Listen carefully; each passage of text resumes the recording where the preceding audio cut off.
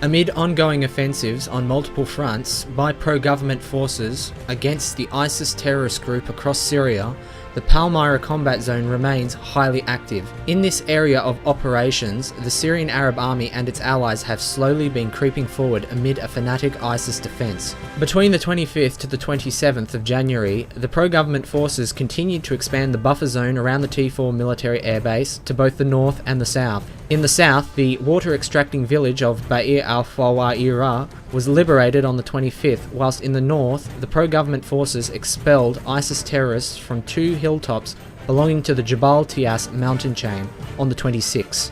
All advances made during this time were done under the cover of key fire support assets belonging to the Russian Aerospace Forces and the Syrian Arab Army. Whilst the Russian Aerospace Forces provided close air support in the form of attack helicopters, the Syrian Arab Army used heavy artillery, including rocket forces, to shatter the front ahead of their advance.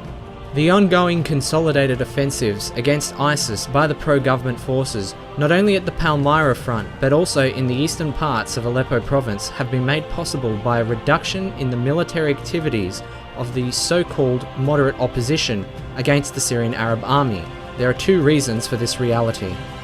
First, the Astana peace talks, to which many of the so-called opposition factions are attending, is forcing them to keep their anti-government military activities to a minimum as they hope to gain some kind of political revenue via the use of diplomatic means. It is worth mentioning that many of the non-ISIS militant groups, Salafists and Islamists alike, have now lost almost all of the military leverage they once held for the best part of 2016. Their defeats in various battles around Aleppo and their eventual expulsion from the city itself in December of 2016 represents the largest contributing factor of this reality.